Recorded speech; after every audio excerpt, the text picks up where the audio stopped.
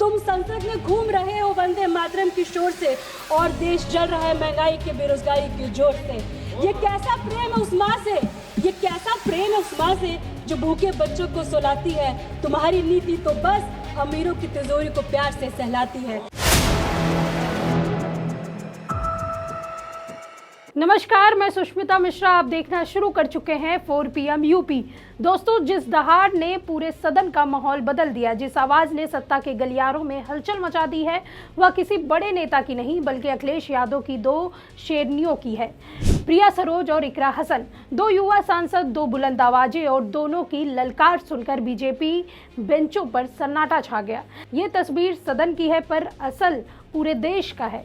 दोस्तों, सदन को लोकतंत्र का मंदिर कहा जाता है, लेकिन अक्सर यही होता है कि विपक्ष की आवाज दबाई जाती है, सवालों को मोड़ दिया जाता है और बहस को सत्ता पक्ष के हिसाब से चलाया जाता है। आज हालात उलट गए हैं। आज विपक्ष एकजुट भी दिखा और मजबूत भी, और सत्ता पक्ष को वह चर्चा करनी पड़ी जिससे वो महीनों से बच रहे थे।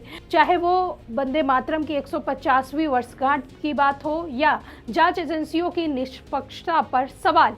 बीजेपी चाहती नहीं थी कि ये मुद्दे खुलकर सदन में उठे, लेकिन दोस्तों, जब विपक्ष आईना लेकर खड़ा हो तो सत्ता चाह कर भी बच नहीं सकती। और आज यह आईना लेकर खड़ी थी अखिलेश यादव की दो शेरनियां, प्रिया सरोज और इकरा हसन। दोनों ने जिस तरह से सदन को झकझोरा, वह सिर्फ भाषण नहीं था, वह सवालों की बरसात थी, तीखे तीर थे और सत्ता पक्ष के कानों से धुआं निकाल देने वाली दहाड़ थी। दोस्तों, प्रिया सरोज ने अपने भाषण की शुरुआत ही ऐसी शायरी से की कि पूरा सदन थम गया। उन्होंने कहा कि ये खौफ खाते हैं आवाज उठाने से, और जब सवाल तीखे हों तो ये रंग बदलने लगते हैं। बस यही लाइनें थी जिन्होंने सत्ता पक्ष की टेबलें हिला दी। बीजेपी बेंच पर बैठे कई नेता फाइलों में उलझते नजर आए, कुछ मुस्कान छुपाते दिखे, कुछ चेहरे पर ऐसी शिकन की कैमरे पर भी साफ नजर आ रहा था। दोस्तों, प्रिया ने जो आगे कहा उसने तो जैसे आग ही लगा दी। तुम संसद में घूम रहे हो वंदे मातरम के शोर से और देश जल रहा है महंगाई बेरोजगारी के जोर से। ये कैसा प्रेम है उस माँ से और जो भूखे बच्चों को सुलाती है। सत्ता पक्ष के चेहरों पर एक्सप्रेशन देखिए। आजादी की लड़ाई में वंदे मातरम का ये नारा ब्रिटिश राज के लिए एक बड़ी चुनौती थी। ब्रिटिश राज इससे डरती थी क्योंकि ये नारा धर्म, प्रांत, जाति और भाषा के भेद को मिटाकर भारत को एकजुट करती थी। ब्रिटिश राज का हथियार था फूट डालो राज करो, मतलब डिवाइड एंड रूल। और आज भी देश में वही होता दिख रहा है अध्यक्ष महोदय। मौजूदा बीजेपी सरकार भी धर्म और जाति के आधार पर देश को बांटकर उसी डिवाइड एंड रूल की राह पर चलती नजर आ रही है अध्यक्ष महोदय। ब्रिटिश राज की तरह अब मौजूदा सरकार भी वंदे मातरम की सच्ची ताकत से शायद डरती है, क्योंकि यह नारा एकता का प्रतीक है। यही वजह है कि इन्होंने एकता को मजबूत करने की बजाय उसी नारों को इस्तेमाल कर देशवासियों को बांटने के लिए कर दिया है। ये देशभक्त का सर्टिफिकेट बांटते हैं कि कौन देश को मानता है और कौन नहीं, लेकिन ये देश की जनता अच्छी तरह समझ चुकी है कि जो लोग देशभक्त सर्टिफिकेट की कैद करते हैं वो असल में देश की एकता से खौफ खाते हैं। अध्यक्ष महोदय, मैं कहना चाहूंगी, तुम संसद में घूम रहे हो वंदे मातरम की शोर से, तुम संसद में घूम रहे हो वंदे मातरम की शोर से और देश जल रहा है महंगाई के बेरोजगारी के जोर से। ये कैसा प्रेम है उस माँ से, ये कैसा प्रेम है उस माँ से जो भूखे बच्चों को सुलाती है। तुम्हारी नीति तो बस अमीरों की तिजोरी को प्यार से सहलाती है। अध्यक्ष महोदय, मैं आपको ध्यान वाली बात कहती हूँ। संविधान निर्माताओं ने राष्ट्रगान और राष्ट्रगीत को जनता पर थोप जाने लायक नहीं समझा। उन्होंने जनगण मन को राष्ट्रगान, वंदे मातरम को राष्ट्रगीत का सम्मान दिया, पर कहीं यह नहीं लिखा कि हर नागरिक को जबरदस्ती गाना होगा। इसका मतलब साफ है, देशभक्ति दिल से होनी चाहिए, दिखावे के लिए नहीं। आजाद भारत ने इसे लोगों की पसंद और श्रद्धा पर छोड़ने का बेहतर समझा। प्रिया सरोज की बातें सुनकर सत्ता पक्ष के चेहरे एकदम बदल गए। किसी की नजरें झुक गई, किसी के चेहरे पर पसीना आ गया और किसी के हाथ अनायास फाइलों पर चलने लगे। लेकिन दोस्तों, अकेली प्रिया ही नहीं थी, उनकी बगल में बैठी थी कैराना की युवा सांसद इकरा हसन, जो हर शायरी पर, हर तर्क पर मेज थपथपाती हुई नजर आ रही थी। सपा की महिलाओं की आवाज सिर्फ बुलंद नहीं बल्कि एकजुट भी है। सदन में दो आवाजें थी, लेकिन असर जैसे 100 आवाजें एक साथ उठ गई हूँ। दोस्तों सच कहें तो यह भाषण नहीं था, यह एक आईना था। आईना जिसमें सरकार को अपना चेहरा पसंद नहीं आया, विकास की चमकदार तस्वीरें जो टीवी विज्ञापनों में दिखती हैं वह आज सदन के आईने में धुंधली पड़ चुकी हैं। प्रिया सरोज ने पूछा, क्यों 150 साल वंदे मातरम मनाने वाला देश आज भी किसानों को भीख मांगते हुए देखता है? क्यों युवाओं की डिग्रियां धूल खा रही हैं? क्यों हर सवाल सत्ता को देशद्रोह लगता है? दोस्तों, ये कहना जितना आसान लगता है, सदन के भीतर खड़े होकर कहना उतना ही मुश्किल है। अध्यक्ष बार बार समय खत्म कहते रहे, लेकिन विपक्ष कहता रहा 2 मिनट। अध्यक्ष महोदय, आज हमें वंदे मातरम के असली भाव को समझना जरूरी है। यह गीत तो देश के जल, जंगल, जमीन, हरियाली और निर्मल हवा की वंदना को समर्पित है। यह भारत की जन जन की मंगल कामना करता है कि भारत का हर नागरिक स्वस्थ रहे, सुरक्षित रहे और सम्मान के साथ जी सके। सुजलाम सुफलाम का अर्थ है, सुनिए, ऐसा देश जहां स्वच्छ और पर्याप्त जल हो, जहां नदियां जिंदा हो, बहती हो, जीवन देती हो। अध्यक्ष महोदय, लेकिन अब जरा यमुना का हाल देखिए।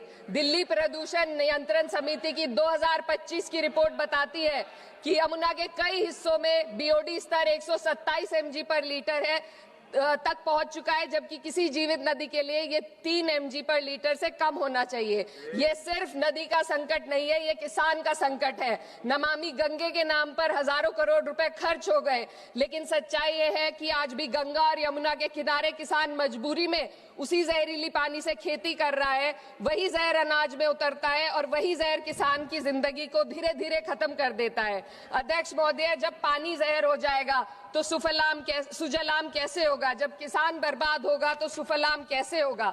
मलयज शीतलम, मलय का अर्थ है मलय पर्वत से बहने वाली ठंडी, सुगंधित, चंदन जैसी हवा जो जीवन देती है, बीमारी नहीं।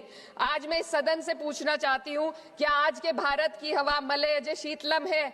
नहीं अध्यक्ष जी, बस संसद से बाहर कदम रखिए, एक गहरी सांस लीजिए। ये चंदन की महक नहीं, ये जहर है जो आपके हमारे फेफड़ों में उतर रहा है। दुनिया के 20 सबसे प्रदूषित शहरों में से 13 भारत में है। दिल्ली की हवा में सांस लेना मानो रोज 20 सिगरेट पीने जैसा हो। भारत हर साल सर्दियों में जहरीली हवा के प्रकोप में घिर जाता है। AQI गंभीर स्तर पर आ जाता है। ठंडी हवा का सपना अब गैस चेंबर की हकीकत बन चुका है। हम वो देश हैं जहां सरकार प्रकृति पर बने गीत का मान मर्दन तो करती है, पर उसी प्रकृति, जंगल, हवा, पेड़ को बचाने वाले कानूनों को धीरे धीरे खुद ही खत्म कर रही है। ये है आज के हमारे मलयज शीतलम की अफसोसजनक सच्चाई। अगर हम हवा को साफ नहीं कर पाए तो न सुजलाम बचेगा, न सुफलाम बचेगा। माननीय अध्यक्ष महोदय, सस्य श्यामलम का अर्थ है ऐसा देश जहां उपजाऊ जमीन हो, जहां खेत फसल से भरे हो और किसान कर्ज और निराशा में न डूबा हो। आज किसान सिर्फ मौसम से नहीं लड़ रहा, वह प्रदूषण, नीतियों की बेरुखी और सिस्टम की नाइंसाफी से लड़ रहा है। एक तरफ कॉर्पोरेट के लोन माफ होते हैं, दूसरी तरफ किसान को उसकी वाजिब MSP भी नहीं मिल पाती है। आप ग्लोबल सुपर पावर बनने की बात करते हैं, लेकिन हमारी पर कैपिटा इनकम दुनिया में 136वें नंबर पर है। हम अपने छोटे पड़ोसी देश से भी पीछे हैं। हमारे लोग $2,500 तक भी नहीं कमा पा रहे एक साल में, और जिन अरबपतियों की ये रक्षा करते हैं वो इतना पैसा 1 सेकंड में कमा लेते हैं। आज वंदे मातरम को बुनियाद बनाकर राजनीति की जा रही है, लेकिन जमीन पर जंगल पूंजीपतियों को सौंपी जा रही है। आदिवासियों को उनके घरों से उजाड़ा जा रहा है। मातरम में जो मात्रा माता है वे सिर्फ मातृभूमि की वंदना नहीं, वे इस धरती की हर नारी, वे इस देश की हर बेटी, हर महिला के सम्मान की बात भी करता है। लेकिन आंकड़े अगर आप देखेंगे, NCRB की हाल की रिपोर्ट के अनुसार, मैम जसवंत के अनुसार देश में हर वर्ष लगभग 30,000 से अधिक बलात्कार हो रहे हैं। यानी एक दिन में 80 से अधिक महिलाएं यौन हिंसा का शिकार होती हैं, और ये सिर्फ दर्ज मामले हैं। जब जम्मू कश्मीर की एक बच्ची हिंसक अत्याचार का शिकार होती है, जब सत्ता से जुड़े लोगों पर आरोप लगते हैं और कार्रवाई वर्षों लटक जाती है, जब उन्नाव की पीड़िता लखनऊ के दरबार में इंसाफ को लेकर अपनी जान देने पर आमादा होती है, जब बिल्किस बानो के अपराधियों का सरकार के लोग द्वारा स्वागत किया जाता है, तो ये घटनाएं वंदे मातरम की आत्मा पर चोट पहुंचाती है।